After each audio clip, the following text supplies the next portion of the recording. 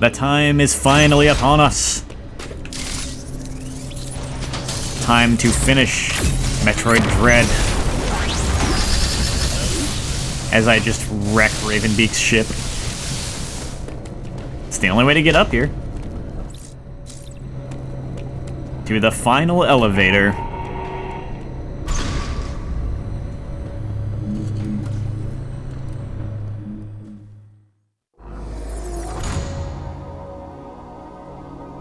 That's not what I expected to find up here.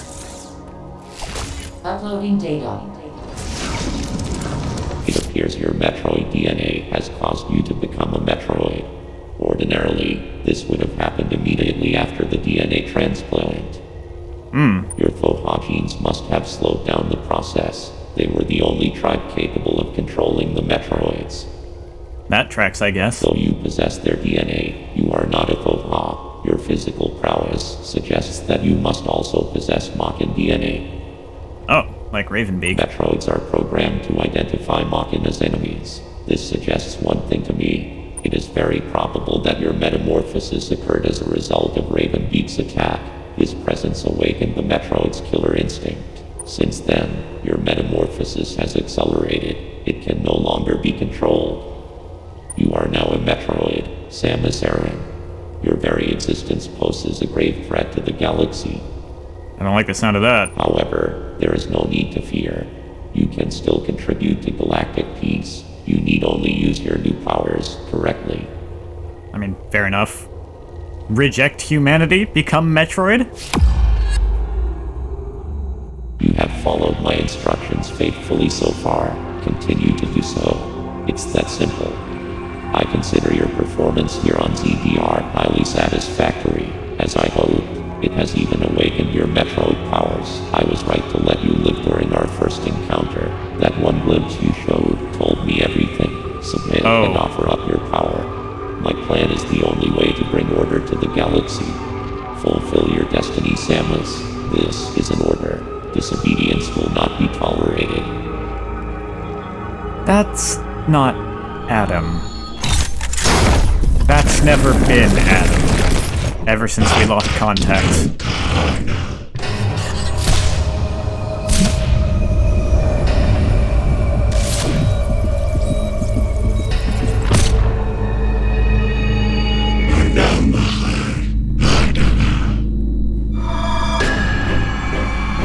Look, dude, you're not my dad just because you contributed a tiny bit of your DNA. You're not even the only one who's, like, DNA resides in Samus. Anyway, he's invincible right now. The missiles, they do nothing. Oh wait, it does change the color of his, like, thing, though. Maybe I actually... Maybe I actually have to, like, harm him, try to harm him to bait him into, This is not going well so far.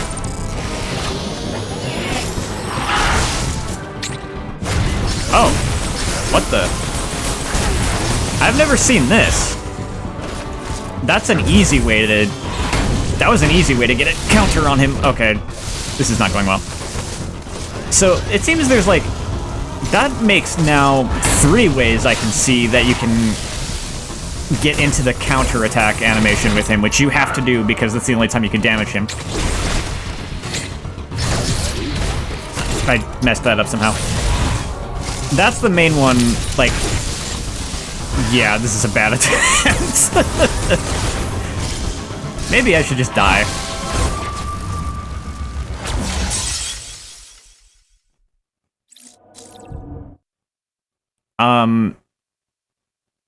So the main thing, like, he'll do that when he does that fast rush towards you. You want to counter that so you can actually start dealing damage to him. Outside of that window, I have seen sometimes if you take too long, he does do that thing where he, like, beckons you. And that's practically a free counterattack if you don't really screw it up. I've kind of looked at that as like the designers taking pity on you. That hurts. Field of Pain. So, I've never really seen that big attack he just did in my own fights with this boss. I guess I must be doing something differently that's causing his AI to do that. But I've seen it in, like, a streamer who fought this boss. And that streamer always got hit by that attack. They never actually... Oops. They never actually morph balled and avoided it, like I just did. And it seems like that's a third way to trigger the counterattack. It seems like if he does the big old wave and you avoid it by morph balling, he then gives you an opportunity to counter him. That's interesting. So there's a few ways to get him to... Too soon.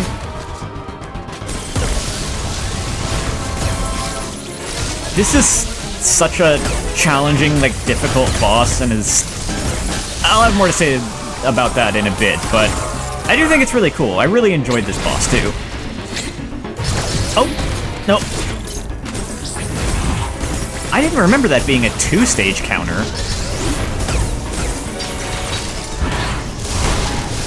Nope.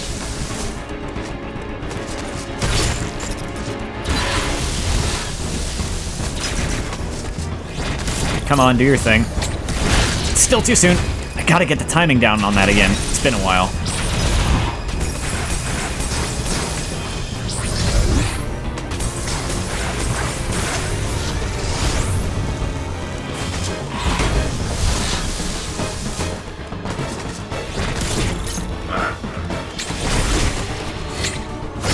There we go.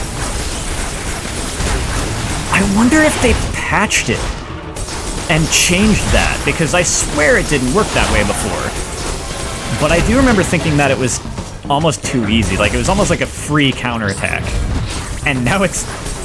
I mean, it threw me off, because now you actually, when you do the counter against him after he beckons you, you have to actually hit the counter timing a second time. I don't remember it working that way. I wonder if that's just faulty memory.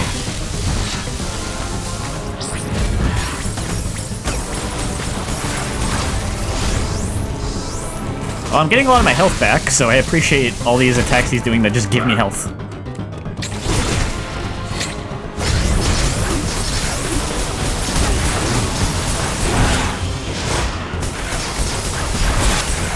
Eat all the missiles!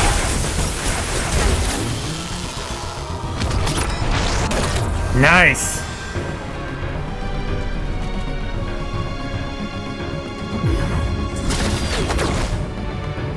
Well, he's a Chozo, he's got wings, that makes sense. Time for phase 2. Good thing is he's just always vulnerable now. I almost got hit by that.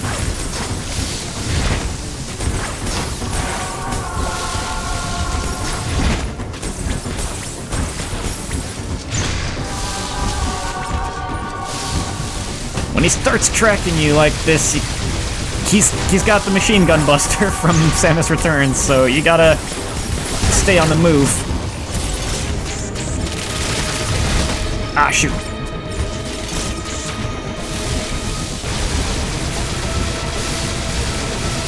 Because that will just drain your health if you just stay in it.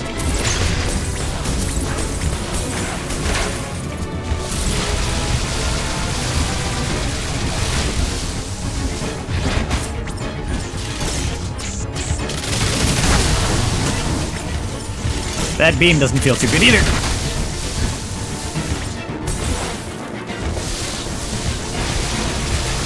Yeep. That was close.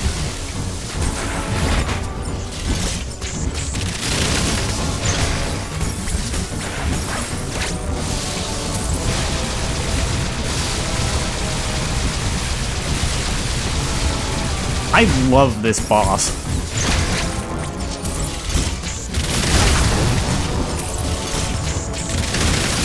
As hard as it is, this is probably my favorite boss that exists in any Metroid game.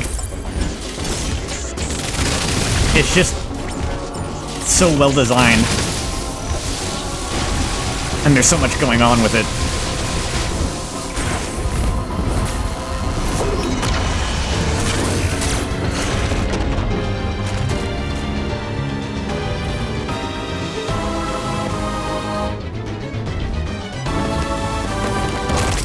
Oof. That's Ravenbeak's pride right there, is just like, if I don't have both wings, then I can't fly. And a wing that I can't fly with is useless. Oh boy, this attack! I hate it.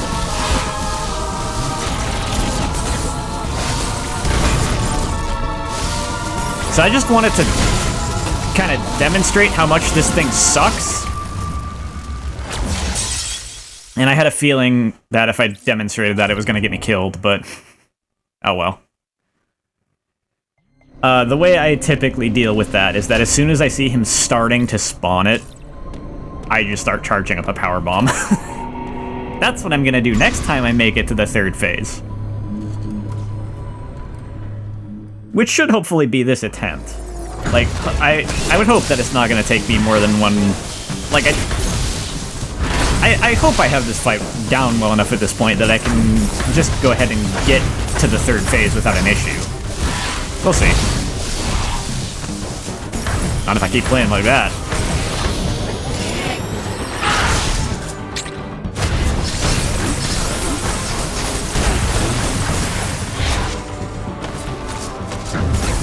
People have pointed out how, like, they kind of telegraphed how you have to handle this fight in basically the first cutscene of the game, because Samus fights him the same way you have to fight him, where, like she's shooting him, and it's not having any effect, and he's just walking towards her menacingly, and then he does the charge, and she counters it, and then she actually gets him with a missile, and it actually, like, does something. It's really cool how they foreshadowed the way the first phase of this fight works all the way back then. I keep hitting the melee counter button too soon.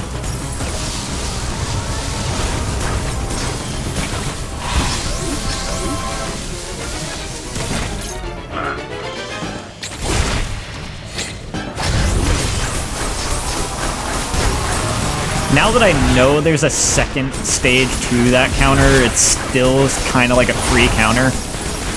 But it really threw me off how, like, I actually had to counter the second time. Because I really just don't remember it working that way.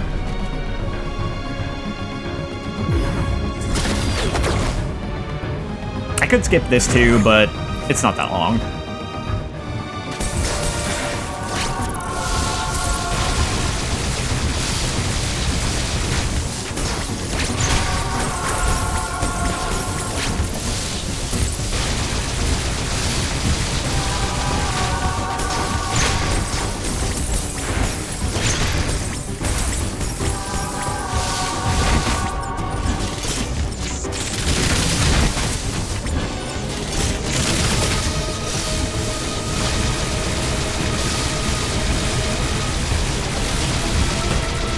Shoot.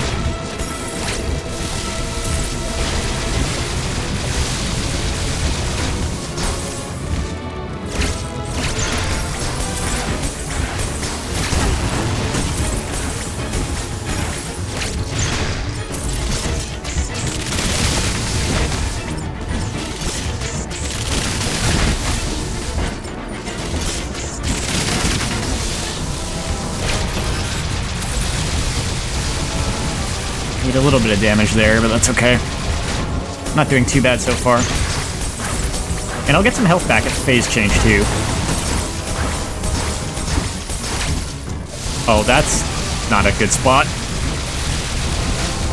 That's okay.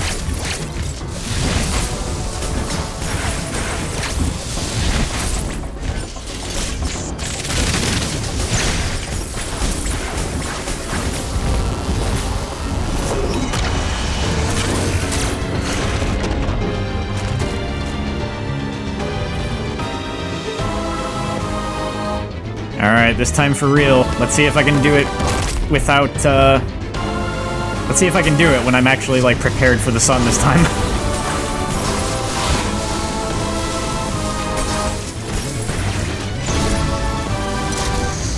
Goodbye. I don't want to deal with that, so I'm not going to.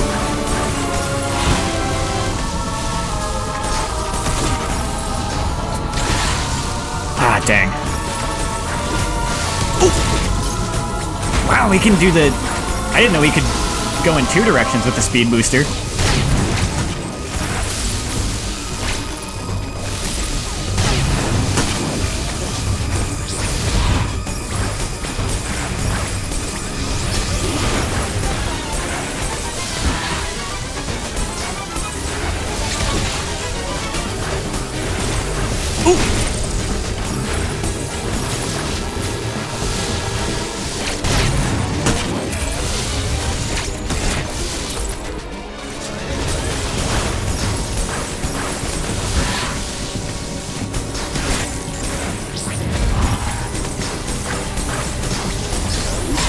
Yes, got it.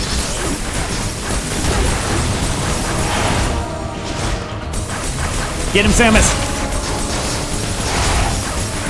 As I mash the missile button.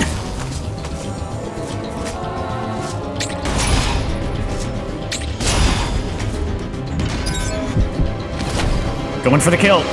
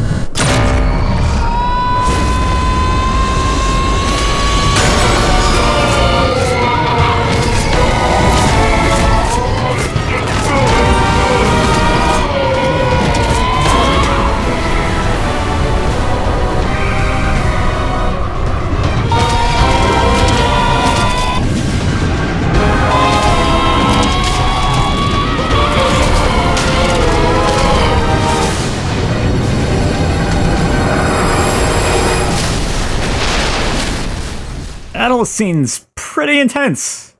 Not only the, like, whole reject humanity, become Metroid thing, but also just like, wow, that scene of him choking her out and she actually loses consciousness for a moment is like, jeez. It's not really a game for, like, young kids.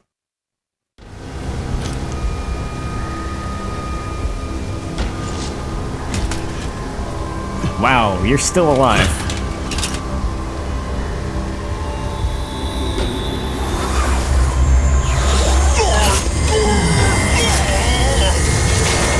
Oh, that's probably bad.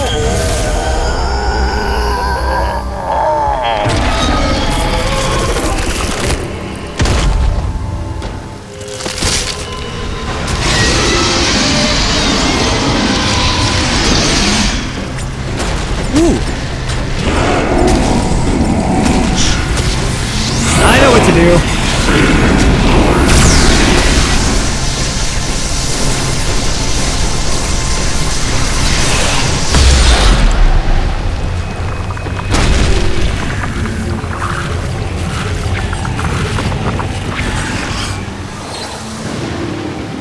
Also, I love this moment where Samus just, like, is so done with Ravenbeak and is like, I don't want any part of you inside me. I'm just incinerating this X-Parasite. Kinda reminds me of a moment in Hellsing Ultimate. Anyway, escape sequence time! We have 3 minutes! Gotta get out of here! I'm going the wrong way. Okay, where am I going? Up. We just have the this is really kind of an homage to the Hyper Beam in Super Metroid. This is the Metroid Beam.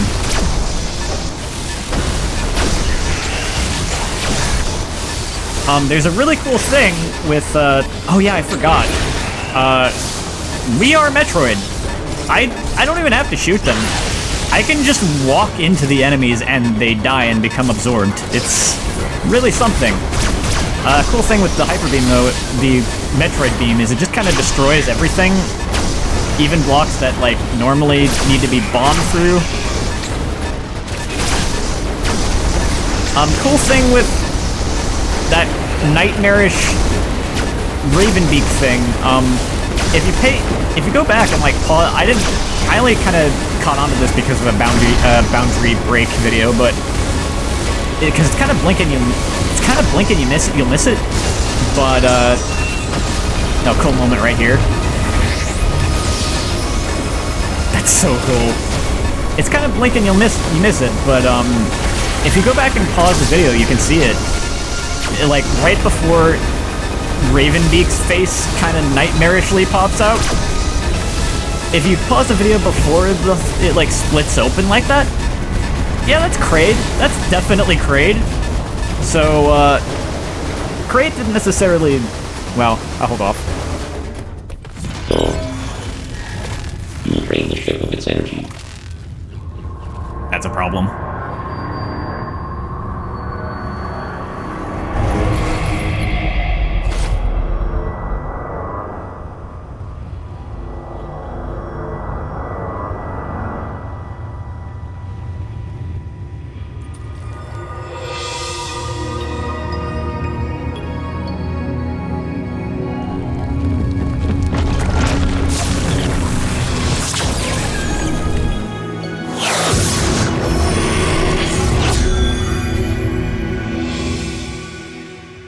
People have different interpretations of that.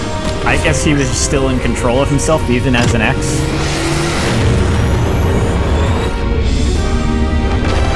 I think that makes the most sense as far as what that scene was. A very cool little moment that saves Samus's butt.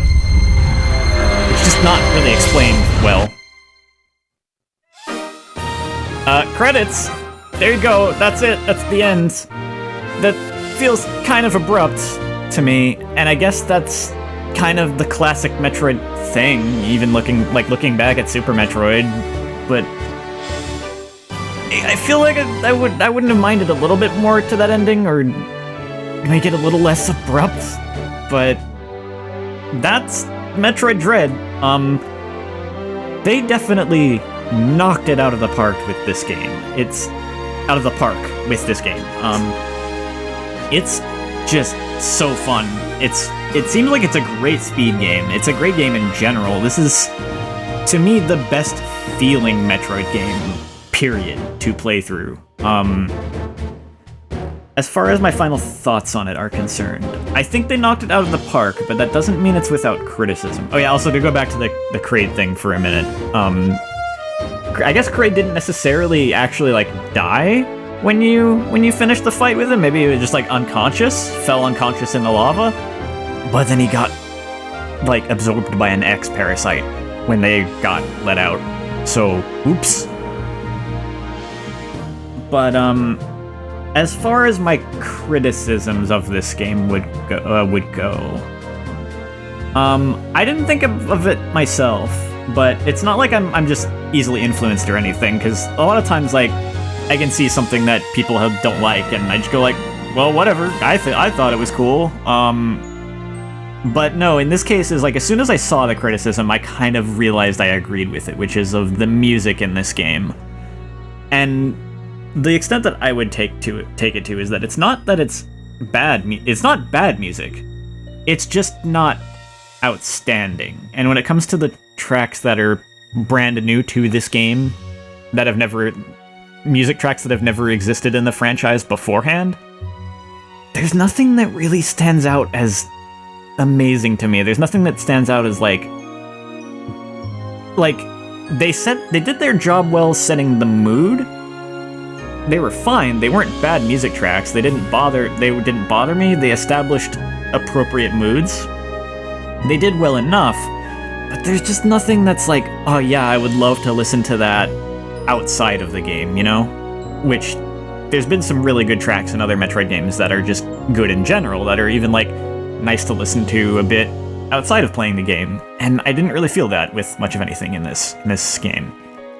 Even the final boss music, I thought, was a little bit underwhelming. I thought it was really good at first, but it kind of reminded... It had kind of a little bit of a vibe to me of like, oh man, I'm fighting Space Ganondorf. But it felt like the music for the first phase of the boss. And then you get into the second and third phases, and the music doesn't change much.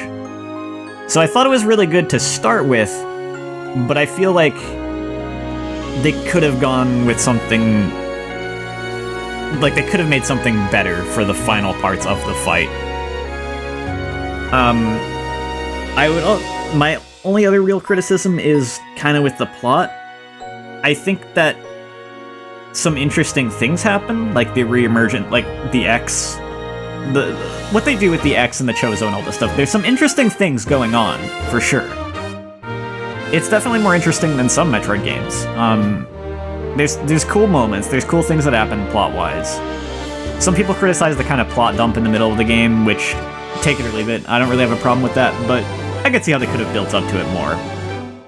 The main problem I would have is in comparing this to, say, like, Metroid Fusion. I liked that they actually had a little bit of dialogue with Samus in Metroid Fusion. And it wasn't an intense amount. You know, it was there wasn't a lot of it. And really looking back at it, Samus had barely any more spoken dialogue in Fusion, that is to say, where she's actually talking out loud, than she does in this game. It's just that they had a lot of introspective moments where she was thinking to herself, and we get to read what her thoughts were. So, she certainly didn't talk as much. It certainly wasn't to the extent of something like Other M, which was very divisive and not handled the best. But I really liked it in Fusion. I thought that Metroid Fusion gave a nice little bit of extra depth to Samus's character without compromising or ruining her character. Hey, I came in under 8 hours with 100% on hard mode. That's cool, that's not bad. I feel that... Speaking of Other M... Oh yeah, I would have unlocked 4 pictures for the final gallery. For the, So there's 2 galleries. There's the gallery you get for 100%, completing, like, 100% item collection. There's also a gallery that you get for beating the game, just for beating the game, and then for, like, the time that you got. And I'm not sure which of these images are which, but I know there's beat the game, period. And then there's a separate one for beating it on hard mode. And then there's 2 images for beating the game under 8 hours on normal or hard. And there's one for beating it in under 4 hours, which I have not done yet. Those must have been the new ones that I got. Metroid Fusion, and let's see. New content unlocked in the gallery. We'll get to all of that in an element.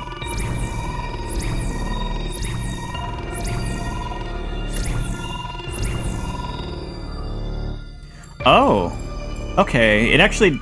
I thought maybe they would stack, but they kind of don't. Let's see. They just, they halfway stack, like, because I didn't have to... Like, by beating the game once in under 8 hours, I got both the over 8 hours one and the under 8 hours one, but only for hard mode. I didn't actually unlock the normal mode ones there.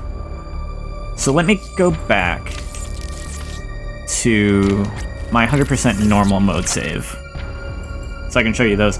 I was thinking about trying to do an under 4 hours hard mode run off camera, or maybe even on camera, for so I could show you the whole like ending gallery, but you can always look that up on your own anyway.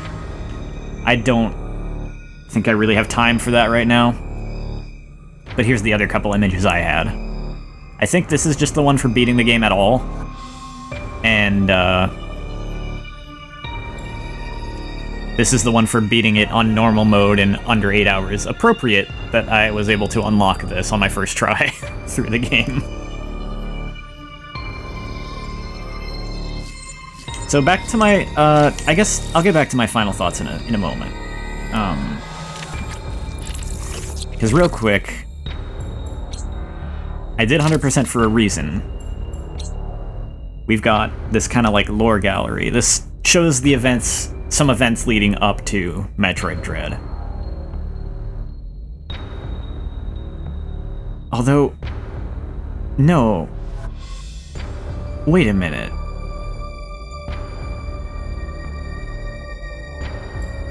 I thought that this was chronological.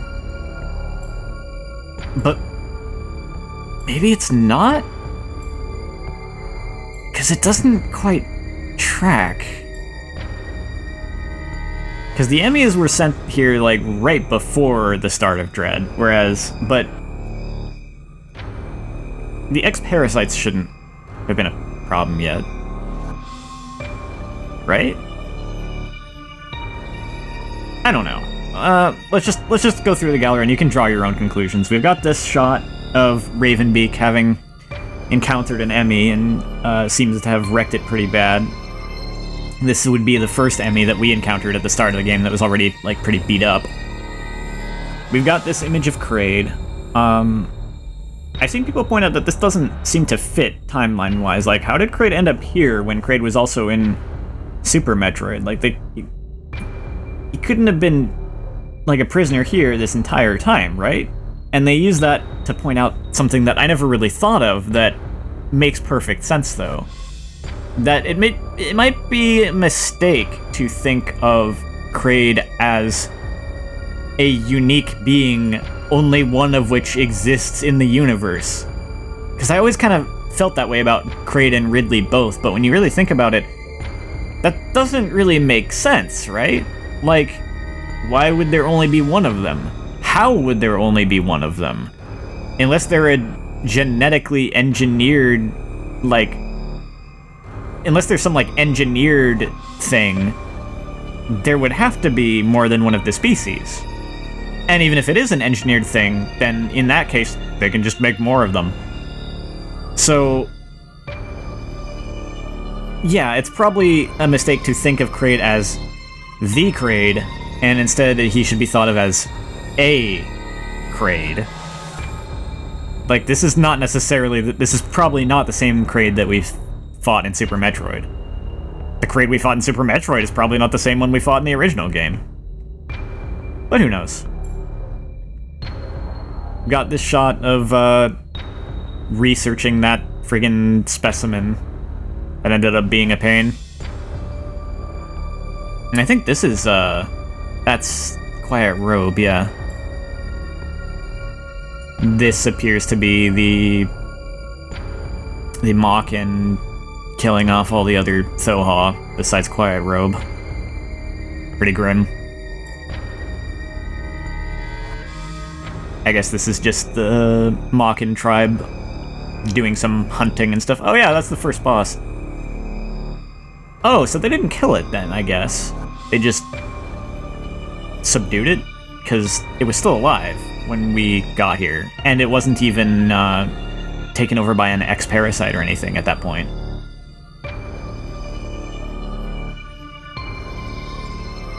So yeah, but I mean, Mawkin, they're warriors and hunters and all that.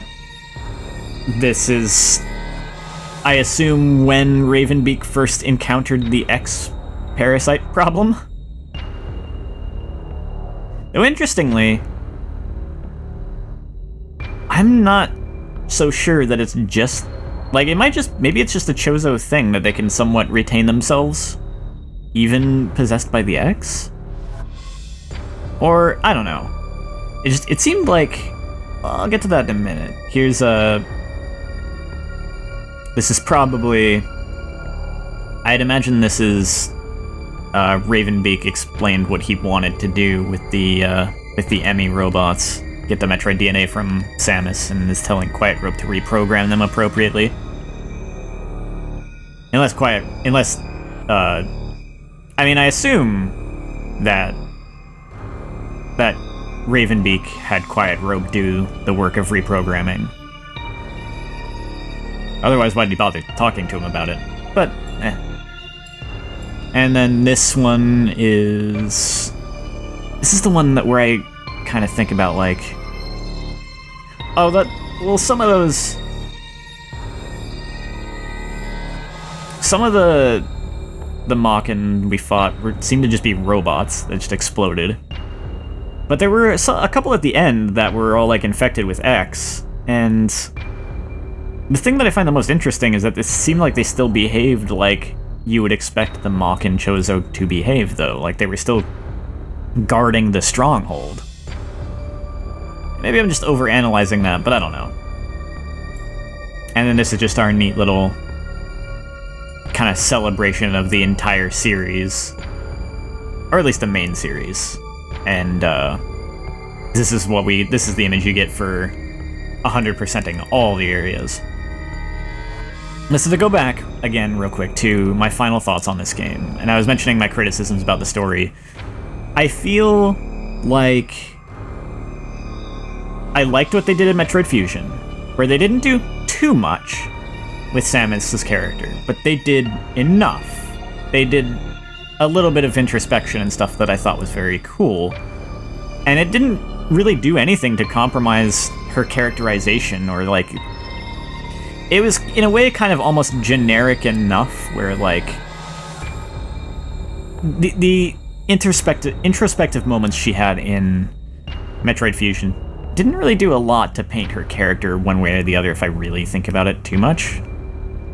But it was still a nice glimpse into some ways she might be thinking and feeling about some things that were happening, that were going on. And none of it really just, like, came into conflict with how anyone might view her as a character. As just, like, this really cool... just being, like, really cool and stuff. Like, I think Metroid Other M harmed her cool factor for a lot of people. Which I can kind of see in some way, but I feel like Metroid Fusion managed to strike a balance where they gave her more character, they gave her more kind of like those introspective moments, and they did it without really harming her character. And with this game, they just didn't really do anything with her as a character for the most part. She has some, like, it's not that she has zero characterization in the ways that they animate her, like, just in the ways that they animate her in things. There's certain things they communicate about her, sure. And she has some really cool moments, but really, for the most part, they don't do much with her as a character in this game, and I thought that was kind of a shame. I feel it makes me feel like they're just, like, too afraid to do anything with her as a character after Other M and how that went over with everyone. And I would like to see them attempt it again. Not necessarily to an Other M degree of things, especially if they just don't know how to write characters great, maybe, I don't know. But it's still... I think it would still be cool to have just at least a little bit more. Like I said, I thought Metroid Fusion handled it very well. And on that note, that kind of informs a bit of where I would place Metroid Dread in terms of, like, the rest of the series.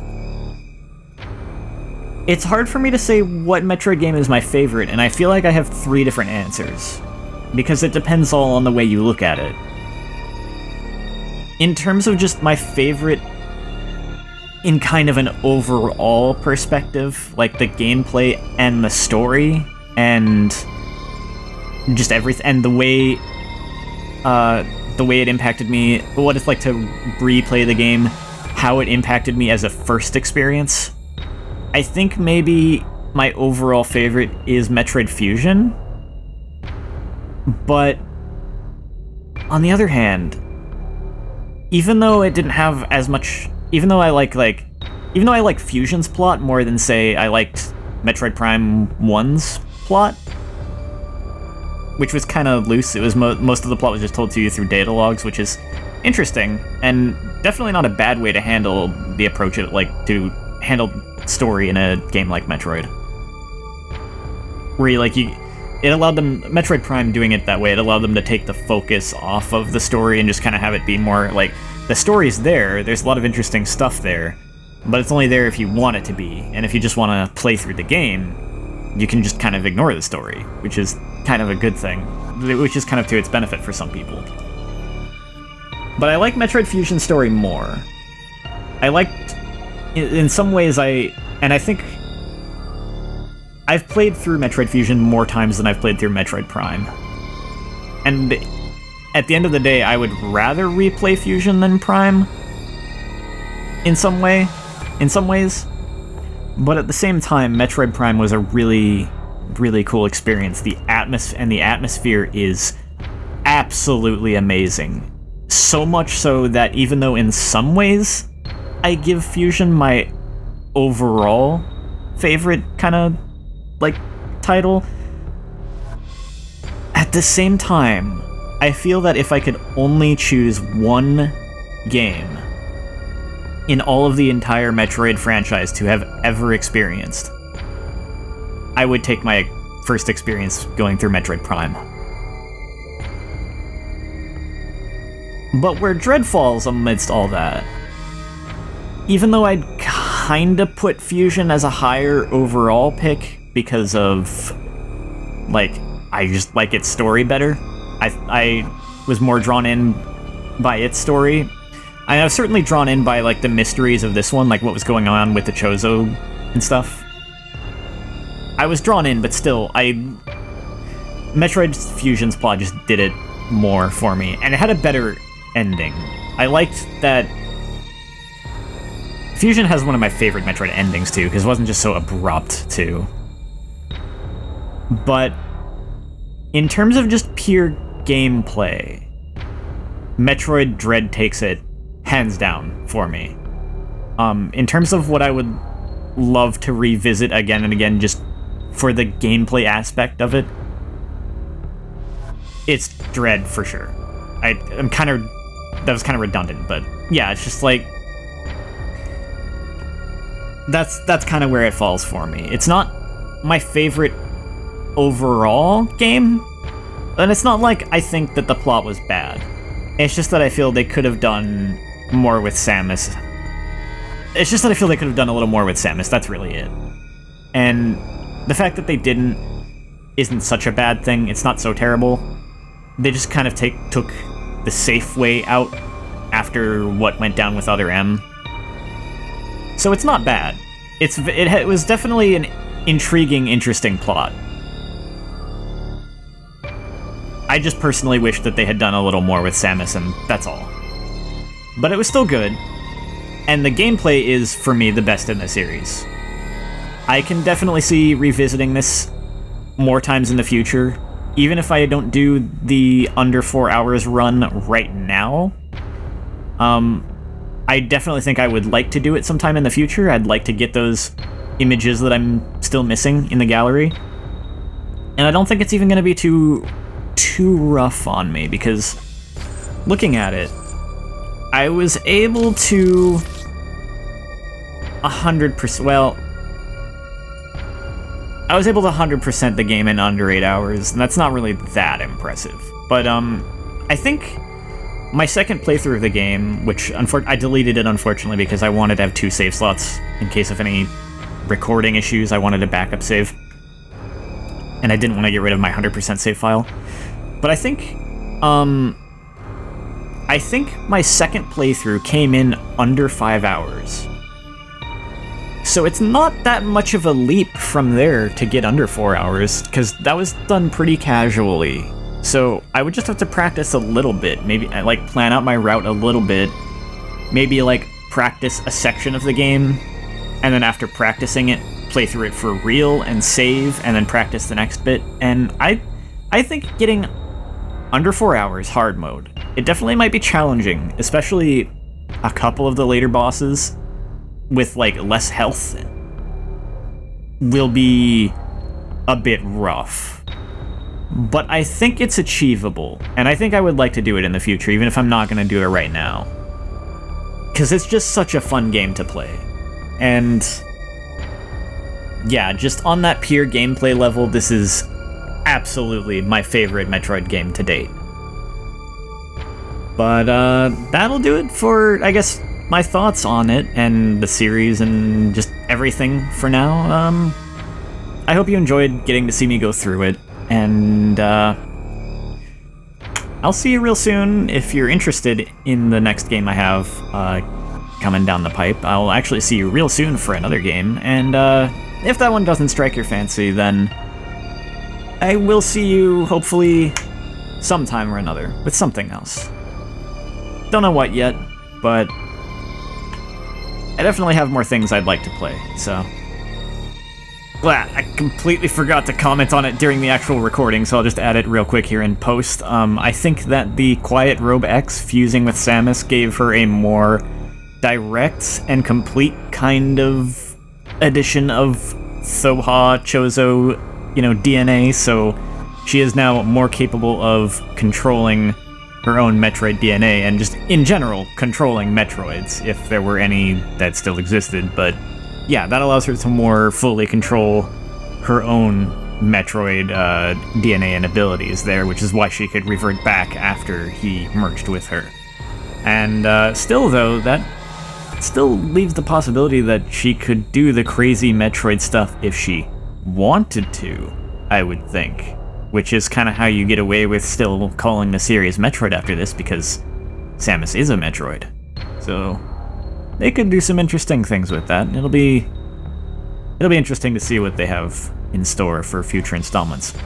I also forgot to mention a couple other aspects about the game, like in my final thoughts, like the graphics are really good. There's so much great stuff there, and like a lot of cool background detail, things that you might not even notice on a first playthrough, but it's just really cool. A lot of loving detail in there.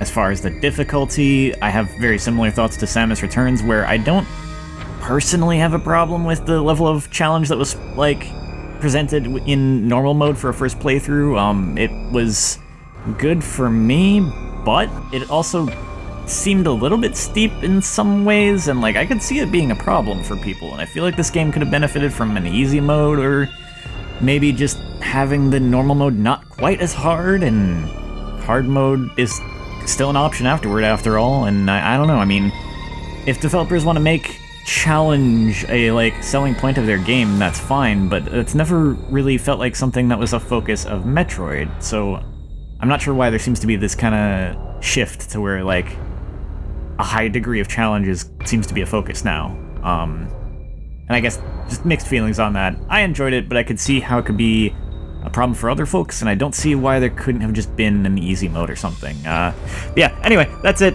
See ya. Bye.